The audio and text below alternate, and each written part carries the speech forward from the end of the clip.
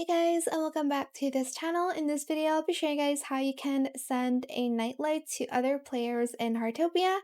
So you do need to have duplicates or just like more than one, or else you are not able to send the nightlight.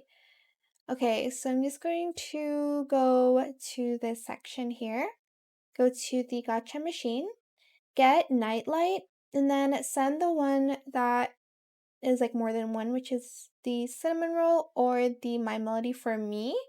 Press send, and people are able to press this button to get the nightlight from you. But I'm not going to give my nightlight to anyone because I really need those pink nightlights for my next house, which I'm going to do like a really pink house. Hopefully I have all the furniture that I need, but yeah, that is how you can send a nightlight to somebody who, for instance, didn't get the one that they needed. But yeah, that is it for this video. I hope it was helpful for you guys. Don't forget to like, comment, share, and also subscribe to this channel if you haven't done that already. If you have any more questions about this video, just leave it in the comment section down below.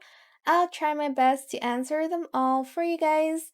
And if you found this video helpful, please click the thanks button as well. That is it. Thank you so much for watching. Bye!